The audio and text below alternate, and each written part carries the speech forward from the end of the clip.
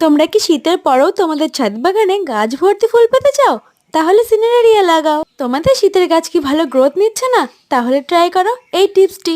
দেখো, আমার সিনারেরিয়া গাছের গ্রোথ কিন্তু বেশ ভালো। শীতের ফুল চলে যাওয়ার পরে সব বাগানিদেরই খুব মন খারাপ হয়, কিন্তু যদি তোমরা এই গাছ করো তাহলে এই গাছ তোমাদের একটুও মন খারাপ হতে দেবে না। টব ভর্তি ফুল পেতে চাইলে গাছে কিন্তু ভালো পরিমাণে খাবার দিতে হবে। আমার হাতে এখন যেটা দেখতে পাচ্ছ, এটি হলো ডিএপি সার। টবের চারপাশে মাটি একটু হালকাভাবে খুঁড়ে এই সারগুলো চারপাশ দিয়ে ছড়িয়ে দিতে হবে। খেয়াল রাখতে হবে সার যাতে গাছের গোড়ায় না পড়ে, তাহলে গাছের ক্ষতি হতে পারে, এমনকি গাছ মারাও যেতে পারে। ডিএপি দানাটি দিয়ে মাটিটি আবার পুনরায় ঠিক করে দিতে হবে। আমি আমার প্রত্যেকটি গাছে ঠিক একই প্রসেসে সারটি প্রয়োগ করে নিলাম। তারপরে গাছে জল দিয়ে দেবে। গাছের শুকনো বা পচা পাতা অবশ্যই ফেলে দেবে, এতে গাছের গ্রোথ ভালো থাকে। আজ এটুকুই, টাটা।